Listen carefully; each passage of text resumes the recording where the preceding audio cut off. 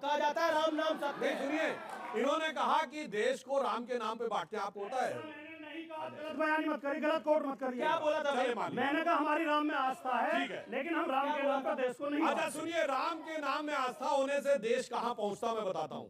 इस दुनिया में एक देश ऐसा है जिसका किंग आज भी टाइटल होल्ड करता है, किंग रामा द 10th।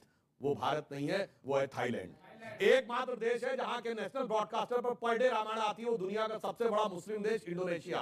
एक देश है जिसकी की फर्स्ट लेडी मानती है उनकी वंशावली भगवान राम से, वो है साउथ कोरिया। और ये फेराहो की डायनेस्टी जाके पढ़िए, पहले राजा का नाम है रामजे डायनेस्टी। राम कहां से आया? और बताइए, वो गाजा के वेस्ट बैंक पे शहर है जिसका नाम है राम अल्लाह। अल्लाह समझ में आता, राम कहां से आया? और पूरे वेस्टर्न यूरोप में जाके हरे रामा हरे कृष्णा मूवमेंट चला था। अरे राम कहां कहां तक जोड़ते हैं, दिल के अंदर की गहराइयों से लेकर दुनिया के कोने कोने तक जोड़ते हैं। सुमुई खान, ये डिबेट तो ब्रॉडर हुआ है कि राम के नाम पर बीजेपी देश को तोड़ रही है।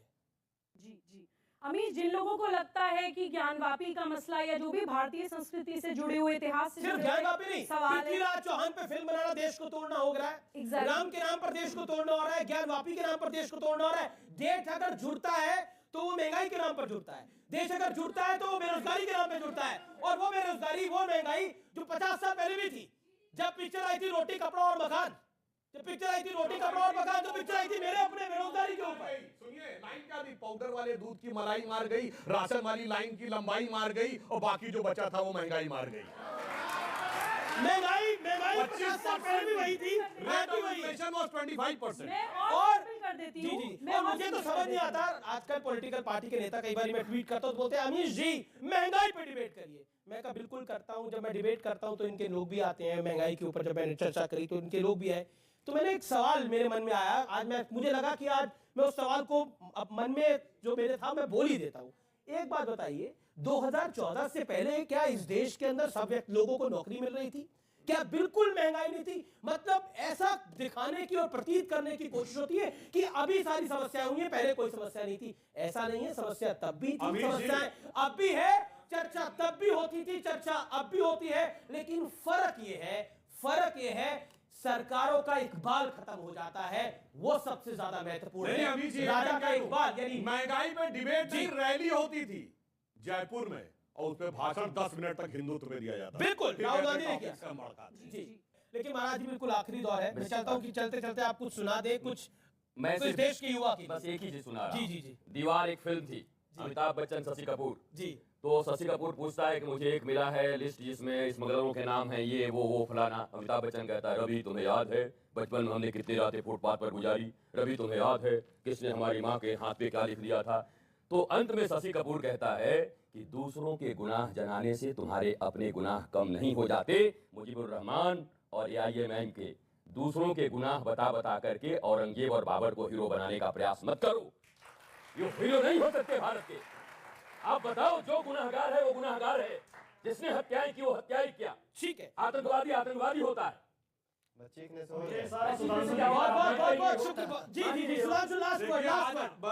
आपने आज सारी की सारी इतिहास के ऊपर बात कही, तो इतिहास बताएं क्या पढ़ी है? जो रामचरितमानस के अंतिम छंद में लिखा है, कहत परम पुनीत इतिहासा श्रवण ही करत सकल भ्रमनासा। बस वो इतिहास पढ़िए, और जो बाकी इतिहास है उसके लिए कहता हूं हटा दो ये इतिहास झूठे तुम्हारे, यहाँ जर्रे जर्रे पे सच है लिखा रे। जो कोई किताबें न बानी कहेगी तो ये माटी सभी की कहानी कहेगी। बहुत बहुत शुक्रिया, बहुत बहुत शुक्रिया, बहुत बहुत शुक्रिया इस चर्चा में आने के लिए। आप युवाओं का बहुत बहुत शुक्रिया, फॉर द वंडरफुल ऑडियंस आपका बहुत बहुत शुक्रिया। फिलहाल इस चर्चा को यही समाप्त करते हैं, लेकिन पृथ्वीराज रसों वीर थे और मजबूत थे। नमस्कार।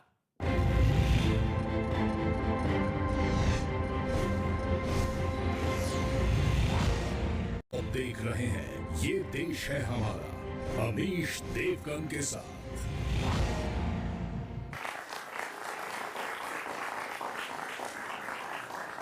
नमस्कार व्यूअर्स, मैं हूं अमीश देवगन। कहते हैं जो अपने इतिहास से नहीं सीखता, इतिहास की गलतियों में सुधार नहीं करता, उसका भूगोल और आने वाला वक्त बदल जाता है। तो क्या भारत के इतिहास में हुई भूल को सुधारने का वक्त आ गया है? मैं सबसे पहले कुछ नाम आपके सामने रखता हूं, खास तौर पर ये नाम हमारी युवा पीढ़ी के लिए है। क्या हमें राजा विजयालय का नाम याद है? क्या हम इन्हें जानते हैं? क्या हमें समुद्रगुप्त, सम्राट पुष्यमित्र, सम्राट हेमचंद्र, विक्रमादित्य ये नाम याद है? अगर नहीं याद है तो यकीन मानिए इतिहास बताने वाले और समझाने वालों से कहीं ना कहीं एक बड़ी चूक हुई है। ये भारत के शूरवीर थे। हमें औरंगजेब, बाबर, मोहम्मद बिन कासिम, महमूद गजनवी, महमूद मोहम्मद गौरी, नादिर शाह, अहमद शाह अब्दाली, कुतुबुद्दीन ऐबक, ये सब नाम जुबानी याद है। बाबर और औरंगजेब के नाम पर तो कई सड़कें इस देश के अंदर मजारे हैं। तो क्या इतिहास में हमसे बड़ी भूल हुई है? हमें क्रूर मुगलों के नाम याद है, लुटेरे सुल्तानों और आक्रांताओं के नाम जुबान पर रट चुके हैं, लेकिन अपने महापुरुषों के नाम हमें खोज खोज कर पढ़ना पड़ता है। आखिर ये भूल किसकी है? ये मुद्दा हमारे देश के लिए, हमारे युवाओं के लिए, इस देश की युवा पीढ़ी के लिए बेहद आवश्यक है। क्योंकि सवाल यह भी उठ रहा है कि क्या ज्ञानवापी पर इतिहास में जो हुआ वो भी एक भूल है। और इसी बीच बॉलीवुड के एक बड़े एक्टर अक्षय कुमार की एक फिल्म आई है जिसका नाम है सम्राट पृथ्वीराज, लेकिन कई लोगों को ये फिल्म चुभ गई है। सवाल है कि आखिर एक तरफा इतिहास किसने दिखाया, किसने समझाया? ये वाकई एक भूल थी या एक बड़ी साजिश? आज जनता के बीच, इन देश के युवाओं के बीच एक बड़ा मंथन मैं करने के लिए जा रहा हूं। इस देश में एक बड़ी बहस शुरू करने के लिए मैं जा रहा हूं। इतिहास की भूल अब नहीं होगी कबूल। आज की चर्चा विस्तार से इसी मुद्दे पे होगी, क्योंकि एक फिल्म आई है सम्राट पृथ्वीराज। पृथ्वीराज रासो कितने शूरवीर थे, वो आखिरी हिंदू राजा थे, लेकिन उस दौर में भी जयचंद थे, इस दौर में भी जयचंद है, उस दौर में भी गौरी थे, इस दौर में भी गौरी है, उस दौर में भी पृथ्वीराज रसो जैसे शूरवीर थे, इस दौर में भी है। लेकिन हमें समझना है क्या सच है, क्या झूठ है। आज इसी पर होगी जनता जनार्दन के बीच, देश के युवाओं के बीच सबसे बड़ी चर्चा। सारी चीज़ों के ऊपर लिखी हुई है जो इन्वेडर्स के ऊपर लिखी हुई है, लेकिन हमारे खुद के महाराजा हैं, राजा हैं, उनके बारे में दो तीन अक्षर लिए लाइनें लिखी हुई। जिन लोगों के जिम्मे भारत का इतिहास लिखना आया, उन लोगों ने बहुत ही सिलेक्टिवली भारत के गौरवशाली इतिहास को बाहर किया। व्यक्तियों का मनोधैर्य खर्चे करने के लिए देवस्थान तोड़े गए। ये वो बयान है जिसके बाद सवाल उठ रहे हैं कि क्या अब इतिहास की भूल सुधार का वक्त आ गया है? क्या अब वो वक्त आ गया है जब हम अपने वास्तविक हीरो को पहचानें और आक्रांताओं के कुकर्म देश के सामने रखें? कल्चरल कैपिटल और the spiritual capital of India is Varanasi. So इस देश में जहाँ कभी भी प्रेरणा, गंगा और हिमालय ये हमारे इतिहास के साक्षी, ये भावना की बात है। इस देश में बहुत डिबेट चल रही है, तो मुझे कहीं ना कहीं मेरे मन में ये था कि लोगों को याद दिलाया जाए कि भगवान काशी विश्वनाथ के मंदिर को पहली बार जिसने तोड़ा है वो कुतुबुद्दीन ऐबक है। I'm not saying we should not know about Mughals, but balance it out. Know about our kings also. They were great too. Bring it in front of everybody. Our children would like to know about Maharana Pratap. सन 47 में हम स्वतंत्र हुए और मैं निश्चित रूप से कह सकता हूं कि 2014 से जो सांस्कृतिक पुनर्जागरण का एक युग भारत के अंदर शुरू हुआ है। इस बीच संघ प्रमुख मोहन भागवत ने कहा है कि भारतीयों का मनोबल तोड़ने के लिए आक्रांताओं ने मंदिरों को तोड़ा। इस्लाम बाहर से आया, आक्रमकों के हाथ आया। उस आक्रमण में भारत की स्वतंत्रता चाहने वाले व्यक्तियों का मनोधैर्य खर्चे करने के लिए देवस्थान तोड़े गए। भूल हुई है तो उसमें सुधार होना चाहिए, लेकिन इन भूलों को भारत की विरासत बताने की साजिश क्यों होती रही है? आखिर क्या वजह थी कि भारत के योद्धाओं की जगह आक्रांताओं का बढ़ चढ़कर गुणगान होता रहा? आज इसी मुद्दे पर होगी सबसे सार्थक चर्चा। इतिहास की भूल अब नहीं कबूल। तो ये आज एक बड़ा मंच है जहां पर हम एक बड़ी विस्तार से चर्चा कर रहे हैं। क्या वाकई इतिहास में जो भूलें हुई वो अब कबूल नहीं होंगी? ये क्या बड़ा वाजिब सवाल है और मेरे साथ देश के युवा हैं जो इस पर अपनी राय रखेंगे। और आज हमारा स्टूडियो भी खचाखच भरा हुआ है इस पर अपनी राय देने के लिए। मेरे साथ जुड़े doctor Sudhanshu Trivedi, BJP member of parliament और बीजेपी के प्रवक्ता, इतिहास के बड़े जानकार भी हैं, इनका अभिनंदन है। मेरे साथ इस चर्चा में जुड़ रहे हैं समाजवादी पार्टी के वरिष्ठ नेता प्रवक्ता राजकुमार भाटी जी, उनका अभिनंदन है।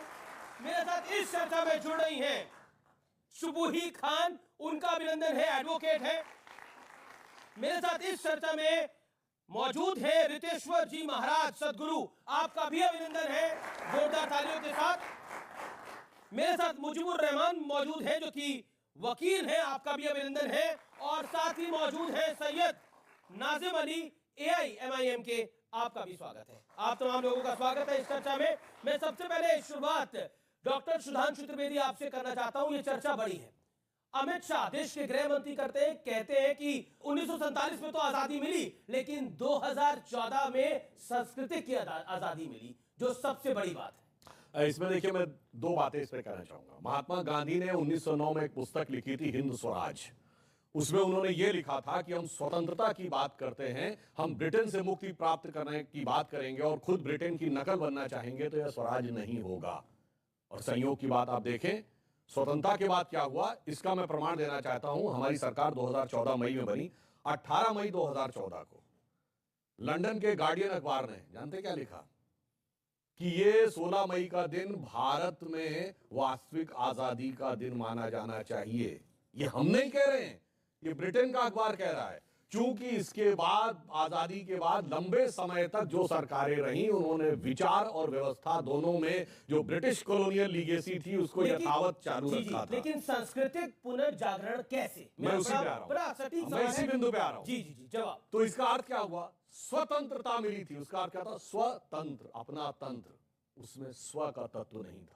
लोकमान्य तिलक ने स्वराज्य की बात कही थी, स्व का तत्व था ही नहीं। Everything was under the British legacy. वही वेशवाणी, तत्व दर्शन, दूसरों का यह सबीले, विकृति को हम ग्रहण करते, निज प्रकृति को आज भूले। तो ये जो एक परिवर्तन आया स्व के बारे में, सिर्फ ऐसा ही नहीं, योग शुरू हुआ, ये हमारा अपना था, हम क्यों भूल रहे थे। आयुर्वेद हमारा अपना था, वैदिक गणित हमारा अपना था, इतने नॉलेज बेस हमारे अपने थे, परंतु हम उसे स्वीकार करने को तैयार नहीं थे। हम केवल, अब कहना नहीं चाहिए, हम ये बात नहीं कहते। आपको पता है कि कोल्हापुर में महालक्ष्मी का मंदिर है। जब 2 इक्विनॉक्सेस होते हैं, 21 मार्च और 21 सितंबर, उधर 3 दिन ऐसा होता है सूर्य की किरणें एक बार उस मंदिर में देवी के चरण पे पड़ती हैं, नेक्स्ट डे देवी के हृदय पे पड़ती हैं और फिर चली जाती हैं। कितना आर्किटेक्चरल, एस्ट्रोनॉमिकल, जो एक्सियल टिल्ट, तीनों का कैलकुलेशन होगा, वो भारत में नहीं दिखाया जाता था। सिर्फ ये दिखाया जाता था कि साहब ताजमहल और लाल किला बनाया हुआ, वो एक अलग विषय है क्या है, मगर ये चीज ना दिखाए। बृहदेश्वर का मंदिर तंजावुर में, तमिलनाडु में, बगैर नींव के बना हुआ मंदिर, और उसकी छत पर जितना बड़ा स्टोन है वो आज तक नहीं समझ पा रहे हैं कि इतनी ऊंचाई पे ये स्टोन गया कैसे होगा। यह चीजें नहीं बताई जाती थी। स्व का तत्व इन सब में था, परंतु अफसोस कि हम उस बात को सिर्फ भूले हुए थे। और अंत में लाइन कोट करता हूं, VS नायपॉल नोबेल लॉरेट है, 2003 में नोबेल पुरस्कार मिला। उन्होंने कहा भारत दुनिया का इकलौता देश था जहां पर राष्ट्रवाद को मजबूत करने वाला नहीं, कमजोर करने वाला इतिहास पढ़ाया जाता है। अब वो कहता है ये इकलौता देश है जो अपने लिए के इतिहास को प्रामाणिक नहीं मानता, विदेशियों के लिए के इतिहास को प्रामाणिक नहीं मानता है। तीसरा कहता विदेशियों में भी ये किस विदेशी के लिए के इतिहास को प्रामाणिक मानता है? जो आपके दुश्मन थे, जिन्होंने आप पे हुकूमत की, जिन्होंने आपको गुलाम बनाया, उसके लिए के इतिहास को प्रामाणिक मानता है। इसलिए उन्होंने किताब लिखी थी, इंडिया ए वुंडेड सिविलाइजेशन। मुजीबुर रहमान, अक्षय कुमार कहते हैं कि हमें अपने राजाओं को जानने का पूरा हक है। पृथ्वीराज चौहान इस देश के आखिरी हिंदू राजा हुए, उनके बारे में कितना पढ़ाया गया। चंद्र प्रकाश द्विवेदी जिन्होंने ये फिल्म लिखी है, वो क्लियर कट कहते हैं कि हमारे देश में इतिहास को सही से पढ़ाया ही नहीं गया। अमित शाह कहते हैं कि सांस्कृतिक पुनर्जागरण का युग 2014 से शुरू हुआ है इस देश के अंदर।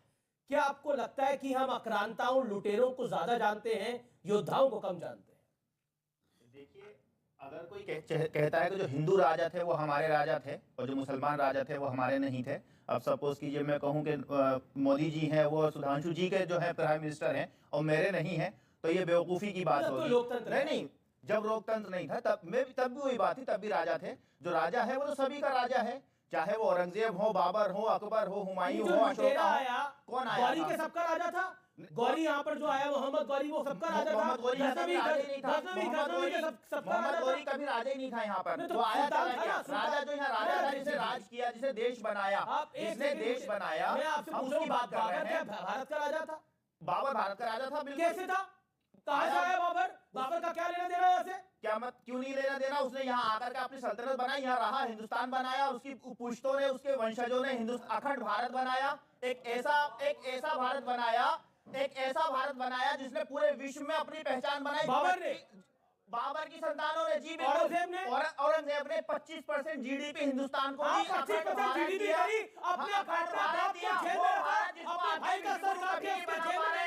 अखंड भारत जो आपके विश्वगुरु सिर्फ कहते हैं, मुंगेरी लाल के सपने दिखाएंगे, GDP के सपने दिखाएंगे, वो सन 1700 में करके दिखा दिया, वो सन 1700 में करके दिखा दिया। देखिए कितनी मजेदार बात है। आपको पता है बाबर ने कब शासन स्थापित किया? 1527। और 1527 में खानवा की लड़ाई के बाद उक्यान मर गया 1530। उससे ज्यादा जनता दल ने इस देश में शासन किया है। मगर 500 साल पहले वाले बाबर का नाम लेके कैसे जोर जोर से बोल रहे हैं। 2.5 साल जिसने केवल इस देश पे शासन किया, वो कितना महान। और जो कह रहे हैं GDP, बिल्कुल मैं आपसे कहता हूं बच्चों, जाके चेक करिए। एक बहुत बड़े हिस्टोरियन हुए एंगस मेडिसिन, OECD कंपनी जो कंट्रीज हैं 54, उन 54 कंट्रीज ने करीब 200 रिसर्चर्स को स्पॉन्सर्ड किया था। 20 साल की रिसर्च के बाद किताब लिखी है उन्होंने, एंगस मेडिसन ने, world economic history the millennium perspective. 2000 साल के डॉक्यूमेंटेड इतिहास में 15वीं शताब्दी तक भारत का 35 से 40% GDP में योगदान था। 16वीं शताब्दी में चाइना आगे जाता, 17वीं पीछे आता। तो ये जो 20-22 बता रहे ना, वो तो हमारे डाउनफॉल होने के बाद का था। उस जमाने में ये भारतीय ने लिखा है। मैंने जो कहा वो तो भारत के पार्लियामेंट में लिखा रखा है, भारत के आर्काइव्स ऑफ इंडिया में रखा है 25% GDP। लेकिन जो 40% GDP थी, वो कहाँ लिखा रखा है? उसका सोच सुधांशु भाई, मैंने बताया आपको, Angus medicine, world millennium perspective, OECD countries की रिसर्च में 20 साल के बाद वर्ल्ड में लिखा है। भाई यही तो समस्या है कि जो भारत के बारे में लिखा नहीं। मुजीबुर रहमान, आपकी कुछ मजबूरी हो सकती है, आप आक्रांताओं को GDP के साथ जोड़ें, आप आक्रांताओं को बोले कि उनके समय पे तो भारत महान हुआ, लेकिन शायद हम भूल जाते हैं कि हमारी नींव कहाँ है। शायद हम भूल जाते हैं कि हमारी संस्कृति क्या है। हमारी संस्कृति प्रभु राम से है, हमारी संस्कृति बाबर और औरंगजेब से नहीं है। ये सत्य है, ये सत्य है। ये एक लाइन अगर आप अनुमति दे तो बोल दूं। अगर ये सच है कि उनके आने के बाद GDP बढ़ा, तो मेरे भाई वो जहां से आए थे वहां क्या था? खाने को खाना नहीं, पीने को पानी नहीं, खाने का ठौर नहीं, शौक नवाबों वाले, कि मतलब वहां से आए और यहाँ हमारा GDP बढ़ा। ठीक है, देखिए सुबुई खान, बाबर बहुत बड़े इकोनॉमिस्ट थे, अभी मुझे पता लग गया। औरंगजेब माफ करिए, बहुत बड़े इकोनॉमिस्ट थे, मुझे पता लग गया। बहुत अच्छी GDP थी। बाबर बहुत अच्छा शासन उन्होंने चलाया, ये भी जानकारी इस देश को मिली है। नया इतिहास मुजीबुर रहमान जो कि जाने माने वकील है वो बता रहे हैं। एक बात मुझे बताइए, पृथ्वीराज चौहान आखिरी हिंदू राजा हुए, उनका वर्णन तो आधे चैप्टर में कर दिया जाता है, लेकिन औरंगजेब, बाबर, खिलजी, इनकी कहानी तो कई किताबों में बताई जाती है। ऐसा क्यों? जी अमीश, मैं अपनी बात की शुरुआत एक सवाल से करना चाहती हूँ। मुजीबुर रहमान साहब से पहले तो ये सवाल करना चाहती हूँ कि कोई मुसलमान चोर या डकैत इनके घर में चोरी कर ले, डाका डाल ले, इनका घर तोड़ दे, तो क्या उसका प्रोटेक्शन करेंगे कि वो मुसलमान है, या उसके खिलाफ सबसे पहले जाके थाने में रिपोर्ट कराएंगे? जब अपने घर की बात आती है तो नहीं देखेंगे हिंदू मुस्लिम क्या है। जब अपने घर के लिए इतना ज्यादा आक्रोशित हो सकते हैं, आंदोलनकारी बन सकते हैं, तो देश के लिए वो प्रेम आप लोगों के मन में क्यों नहीं आता है? मेरा इतना सा सवाल है। दूसरी बात मैं ये कहना चाहती हूँ कि देखिए, ये सांस्कृतिक जागरण की बात जब हम करते हैं, उसका मतलब होता है कि अपने देश की संस्कृति, इतिहास, शास्त्र को समझें, अपने देश के नायकों को समझें। ये हिंदू मुसलमान का मसला नहीं है, ना ही ये मुस्लिम शासकों और मुगलों के खिलाफ कोई लड़ाई है। ये है सिर्फ सही और गलत में फर्क करने की लड़ाई। अमीश, हम सिर्फ इतना कहते हैं कि औरंगजेब की खबर पे जाके नमाज मत पढ़िए, दाराशिकों की खबर पे जाके नमाज पढ़िए। अमीश, मनोवैज्ञानिक तौर पे हम जिस तरह के संगीत सुनते हैं, जिस तरह की किताबें पढ़ते हैं, जिस तरह के नायकों को मानते हैं, उस तरह का हमारा चरित्र बनता है। आप सही हीरोज देश के सामने, मुस्लिम समाज के सामने क्यों नहीं लाने देना चाहते हैं? आप एपीजे कलाम को नायक क्यों नहीं बनने देना चाहते हैं? बहादुर शाह जफर का क्यों सम्मान करता है भारत?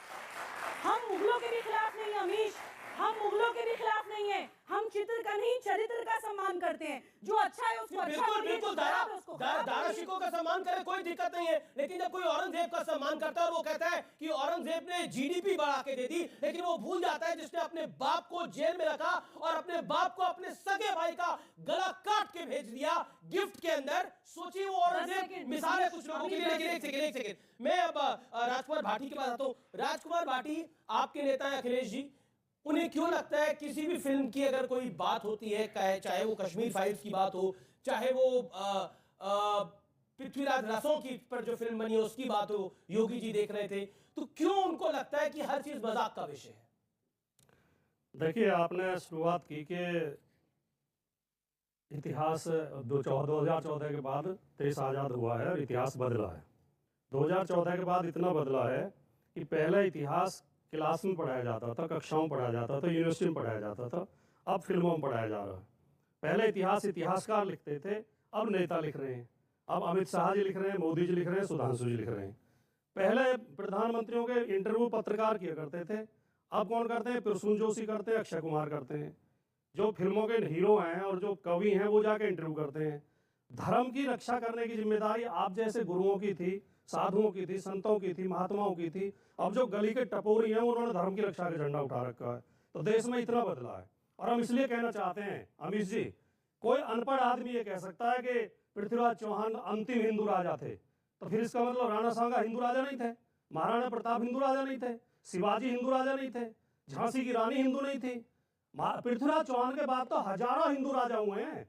1857 तक दिल्ली सल्तनत जिसको कहा जाता है, दिल्ली की गद्दी जो कहा जाता है, उसमें आखिरी हिंदू राजा पृथ्वीराज चौहान के मोहम्मद गौरी ने भारत पर शासन नहीं किया था। भूल जाते हैं हम। ये इस तरह के तर्क केवल वही लोग दे सकते हैं जिन्होंने आरएसएस की छोटी छोटी किताबें पढ़ी है, जिन्होंने असली इतिहास पढ़ा है। वो ये जानते हैं। एक बात और उठ रही है आजकल बड़ी तेजी के साथ, मुगलों को बहुत पढ़ाया गया है किताबों में, हमारे हिंदुओं को कोई कुछ नहीं पढ़ाया गया। भैया कोई पढ़ा लिखा आदमी बताया क्या हिंदुओं को नहीं पढ़ाया गया? कौन से विषय में नहीं पढ़ाया गया? इतिहास में नहीं पढ़ाया गया, साहित्य में नहीं पढ़ाया गया, तो आप औरंगजेब के साथ हैं। अरे हमने तो किसके साथ हैं? देखिए सुनिए, अभी प्रमाणित करते हैं कि क्या पढ़ाया गया। साहब बड़े अदब से पूछता हूँ। सुनिए, मेरी बात पूरी नहीं हुई, मैंने आपके बीच में। अच्छा बोलिए। हमने भी थोड़ा बहुत पढ़ा है, ठीक। हम कोई बिना पढ़े लिखे तो आगे नहीं है। हमारे पास भी पोस्ट ग्रेजुएट डिग्री है। हमें तो किताबों में महाराणा प्रताप भी पढ़ाया गया। रणबीज चौकड़ी भर भर कर चेतक बन गया निराला था, महाराणा प्रताप के घोड़े से पड़ गया हवा का पाला था, जो तनिक हवा से बागिली लेकर सवार उड़ जाता था, राणा की पुतली फ्री नहीं तब तक चेतक मुड़ जाता था। हमने तो ये पढ़ा है। हमें तो शिवाजी भी पढ़ाए गए हैं, हमें तो पृथ्वीराज चौहान भी पढ़ाए गए हैं, हमें तो झांसी की रानी बुंदेले हर बोलों के मुंह हमने सुनी कहानी थी, खूब लड़ी मर्दानी वो तो झांसी वाली रानी थी। कौन कहता नहीं पढ़ाएगा?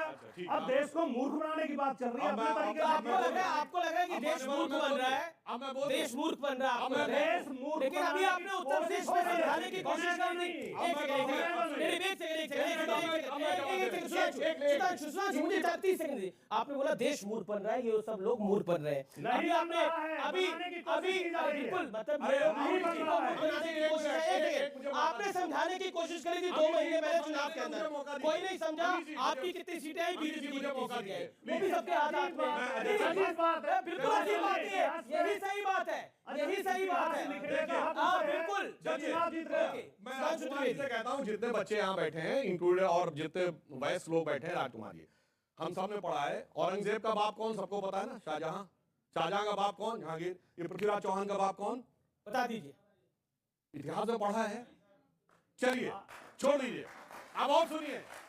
अब इतना नहीं, भगवान राम सुनिए। अरे भाई एक मिनट। पृथ्वीराज चौहान के पिता सोमेश्वर थे। आप देखिए इतनी देर में तोमर थे, क्यों नहीं पता है? आप देखिए उनकी लड़ाई चलिए अभी और संयोगता का भाग। अच्छा चलिए, पृथ्वीराज रासो पढ़ी है। अरे भाई आपने पढ़ी पृथ्वीराज रासो, चैप्टर में नहीं थी। क्या बात कर रहे हो? पृथ्वीराज रासो अलग किताब और है, अलग किताब है, टेक्स्ट बुक की वो तो किताब हमने नहीं भी है। बहुत पढ़ी। अब पृथ्वीराज सुनिए, रसो अलग किताब अब है। एक चीज और, जी, एक जी। चीज और। अच्छा, भगवान राम के अब तो वो पिता सच थे है जो आप दशरथ। दोनों के हैं। अच्छा अब तो सुनिए, पृथ्वीराज रासो भी गलत अरे है, भाई, अब तो चंद्रप्रभा भी बिल्कुल गलत नहीं है, है। अब तो इतिहास भी अब गलत है, अब आप बोलेंगे, भगवान भी गलत है। अब आप बोलेंगे, जो अमीर जी के हैं, जो सुधांशु जी के हैं, अलग है, वो अलग सही है। है। पृथ्वीराज रसो अलग हाँ, तो किताब है, नहीं, वो जो एनसीईआरटी अमीर की जी किताब के हैं, वो में सही नहीं है। एक सेकंड, अब सुधांशु त्रिवेदी आप अपनी बात देखिए, रखिए। भगवान Then- राम के पिताजी दशरथ थे, दशरथ जी के पिताजी अरे मैं ये क्विज है कोई? देखा ये क्विज नहीं लोग पढ़ा हैं। है।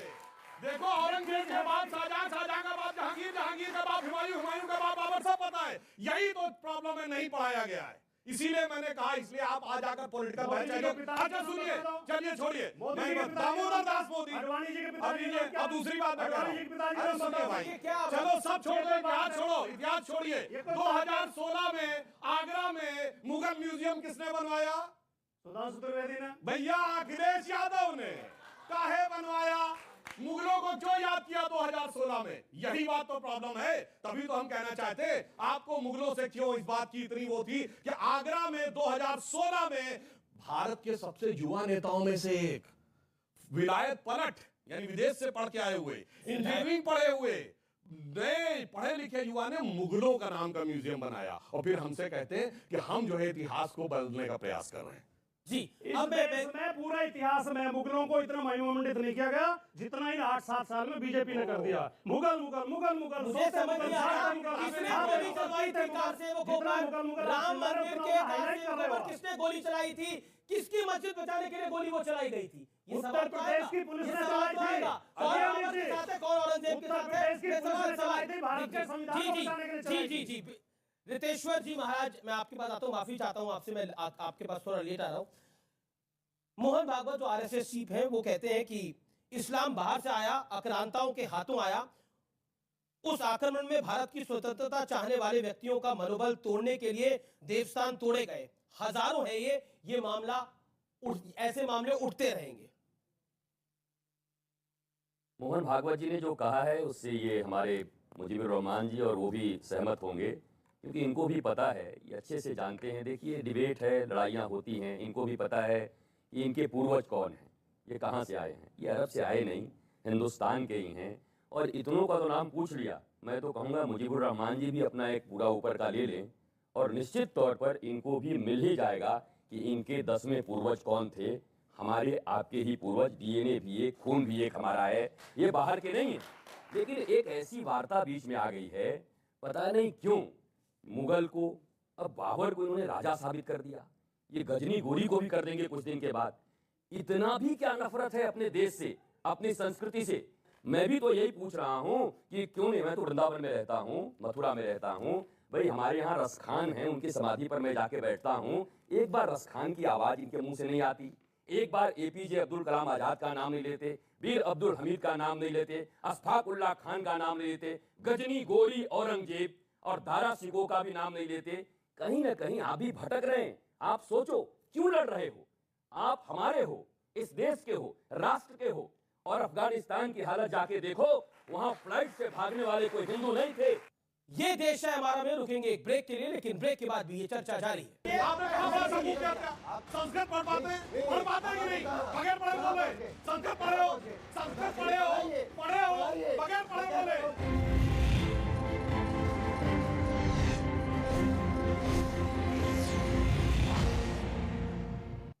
Welcome back. आप देख रहे हैं वीकेंड का सबसे भरोसेमंद कार्यक्रम ये देश है हमारा। पुरानी कहावत है महाराज जी, आपको पता होगा कि दो नाव में पैर रखने वाले का हाल क्या होता है, उसको सरयू में डूबना ही होता है आखिर के अंदर जाकर, उसको तो कोई नहीं बचा सकता। मैं आपसे जानना चाहता हूं अमिश जी, एक बात सुनो। आप देखो, पहले तो ये क्लियर कर लो, यहाँ बच्चे सब बैठे हैं, ये ज्यादा इतिहासकारों के नाम जानते हैं कि अमिताभ बच्चन शाहरुख खान को ज्यादा जानते हैं, आलिया भट्ट को जानते हैं। फिल्म हमारे समाज का दर्पण है, और बॉलीवुड ने 70 सालों में जो किया है भारत के नौजवानों के साथ, आप उम्मीद नहीं कर सकते कि यहाँ की संस्कृति का विनाश बॉलीवुड के समस्त नहीं 90% संस्कृति उन्होंने नाश की है। अब ये कहते हैं कि बॉलीवुड में पढ़ाई जा रही है। इनसे पूछो, इनको ज्यादा इतिहास याद है या इनको ज्यादा गाने याद हैं, इनको ज्यादा हीरो याद हैं?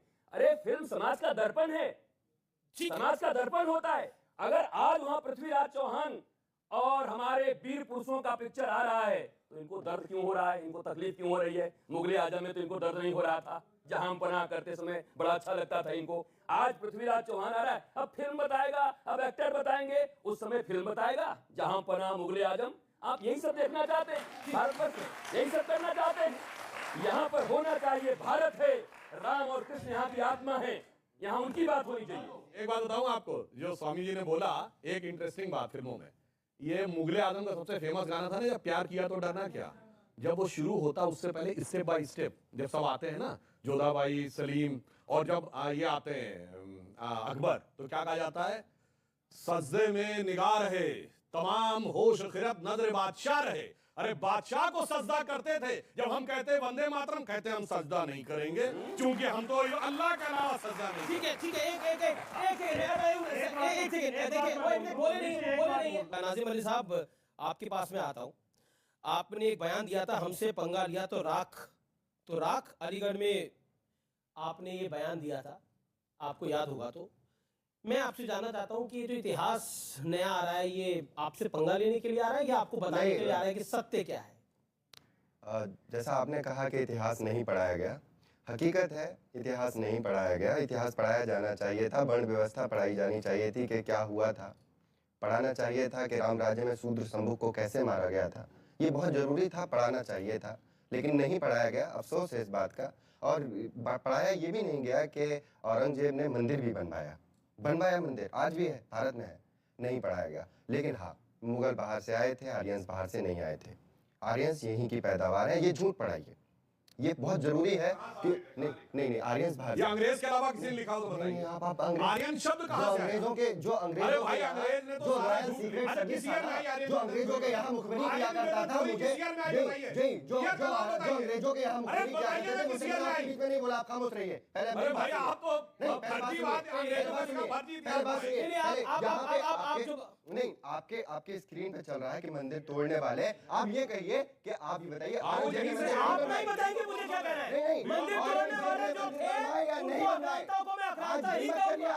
आज हिम्मत करिए कि मेरे पास बहुत हिम्मत है सर, हिम्मत है तो यहाँ खड़े हैं, अगर हिम्मत नहीं होती तो कहीं और होती।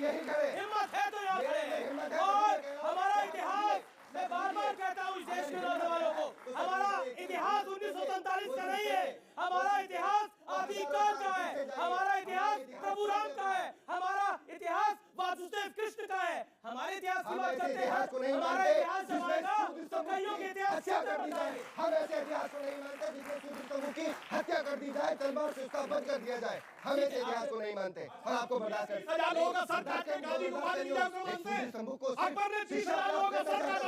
शिक्षा चित्रों में लिखा हुआ उसने खुद अकबर की बात नहीं कर रहा। शिक्षा अच्छा सुनिए, आप कहाँ पढ़े? संस्कृत पढ़ पाते हैं कि नहीं? बगैर पढ़े बोले संस्कृत पढ़े हो, संस्कृत पढ़े हो बगैर पढ़े बोले, देखा बगैर पढ़े बोले। कौन से अध्याय में लिखा है रामायण में? कौन से अध्याय में लिखा है? कौन से अध्याय में लिखा रामायण में? बोलो। राज्य में शूद्र समूह को, अरे भाई रामायण के अध्याय में कौन से लिखा? अंग्रेजों का इतिहास मत बताओ, अपने पढ़ाई इतिहास बताओ, क्योंकि ये तो वो है सवाल नहीं बोला। हमने 800 साल इस देश पे हुकूमत की है। मेरा नाम हर्ष शर्मा, पिता का नाम जितेंद्र शर्मा, उनके पिता का नाम विद्याधर शर्मा, उनके पिता का नाम राम अवतार शर्मा। आप अपने 3 पूर्वजों के नाम बताइए, छोड़ के चला जाऊंगा। नहीं हो गया, चैलेंज हो गया। अब ठीक है, मैं चैलेंज आपका निकलेगा। अच्छा ठीक है। अब आपके किसी के हिंदू के खून का नाम पूंजालाल ठक्कर था। और वैसे एक और बात समझिए, वो जैसे आप अमर अकबर एंथोनी में तीनों का बाप किशन लाल ही निकला था, तो उसमें कोई चिंता की बात नहीं, निकलेंगे सबके बाप किशन लाल ही। जी। अब बताइए अपने आप, अब अपने 4-5 प्रश्न बता दीजिए। सवाल पूछा गया है, आप उसको जानकारी दें। उस शो छोड़ने उन्होंने बोला चैलेंज दिया ना, चैलेंज तो होना चाहिए। आप भी अंग है, वो भी अंग है, होना चाहिए चैलेंज। सुनिए, इतिहास आपको नहीं पढ़ाया गया, आपके पूर्वजों का। आपने अपने दादा का बता दिया, नहीं आपने अपने दादाओं का बता दिया। आपने वहाँ जैसे सुधांशु जी ने कहा, मैं बता तो रहा हूँ, पूर्वजों के नाम बताने नहीं आया हूँ। बहुत सेंसिटिव देश के हालात समझिए, आप समझिए। नहीं आपको नहीं मालूम, आपने अभी कहा, मेरा नाम अमीश देवगन, मेरे पिता का नाम है। आपके नेता बोल चुके हैं कि चार मीनार किसके बाप ने बनवाया, लाल किला किसके बाप ने बनवाया, तो आपके बाप कौन है, आप खुद स्वीकार कर चुके हैं। बात ही खत्म। देखिए ये बोल्ड कर दिया, इस युवक ने बोल्ड कर दिया, इस युवक ने आपको अपने एक सवाल में बोल्ड कर दिया। मैं बिल्कुल अपने को राम को मानता है। आप एक पूर्वज का नाम बताइए, वो खून हमारे हिंदुओं का निकलेगा। ठीक है, अब आप इतना अब अपनी बात को आपने रख दिया। अब सारा खून हिंदुओं का ही निकलेगा। लड़ाई और बहस हो रही है, मुझे सिर्फ आप एक बात का जवाब दे दीजिए, मुगल कहाँ से आए थे? मुगल कहाँ से आए? ये बताइए मुगल कहाँ से? अब ये तो सेंसिटिव नहीं है, आई बिलीव ये तो सेंसिटिव नहीं है। मुगल कहाँ से आए? भारत। अगर कोई बाहर से, जैसे सपोज मैं दिल्ली में रहता हूँ, ठीक है, उत्तर प्रदेश से कोई आके मेरे घर में एक कमरा बनवा ले तो उसका कमरा हो जाएगा क्या वो? तो क्या वो कमरा तो ले मुगल कहाँ से आए थे बस आप मुझे ये बता दीजिए। मुझे ये अच्छा सवाल है, अच्छा सवाल है इसमें। ये तो सेंसिटिव नहीं है ना। अब आप कर रही है आपसे बहुत सारे और भी लोग थे जो भारत में आए थे, ठीक है। ये सवाल का जवाब नहीं हुआ ना। नहीं, सिर्फ मुगलों के लिए बात नहीं होगी, बात सभी को लेके बात होगी। मुझे तो लगता है कि जॉन मार्शल का इतिहास मत पढ़ाइए। क्यों नहीं होगी बात इतिहास की वो वही कहाँ गुलामों का इतिहास पढ़ाएगा जिसमें हुकूमत पढ़ने पे बात होगी। अरे मुगल कहाँ से आए बताइए ना। मुगल सवाल पूछा, मुगल कहाँ से आए? मुगलों पे क्यों नहीं जवाब? मुगल कहाँ से आए? सवाल पूछा गया, आपने जवाब ही नहीं दिया। दो सवालों ने आपको क्लीन बोल्ड कराया। आप सिर्फ मुगलों पे जवाब नहीं होगा, सिर्फ ये हैट्रिक का मौका है। देखिए दो सवालों ने बोल्ड किया है। हैट्रिक वाला सवाल कौन पूछना चाहता है? कौन पूछना चाहता है? आप देखिए ये एक सवाल आया है, हैट्रिक का मौका है। आपके लिए बड़ी दिक्कत वाली बात हो गई है, आपका बड़ी दो बारी विकेट उखाड़ चुके हैं ये दोनों। अब मैडम आप पूछिए सवाल। सर मैं जैन हूँ।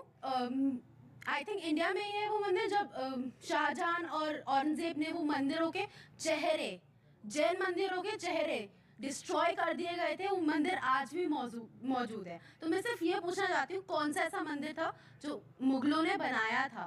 हाँ, ये मैंने भी कहा था ना, ये इतिहास पढ़ाने की जरूरत है, आप इसकी जानकारी करिए। नहीं, बालाजी मंदिर है, बालाजी मंदिर है, बालाजी मंदिर है, बालाजी मंदिर है, वही तो कह रहा हूँ, पढ़िए। बालाजी मंदिर है। अरे भाई साहब, बालाजी मंदिर औरंगजेब बनवाए, उज्जैन में मंदिर बनवाए। आप यही तो कह रहे हैं।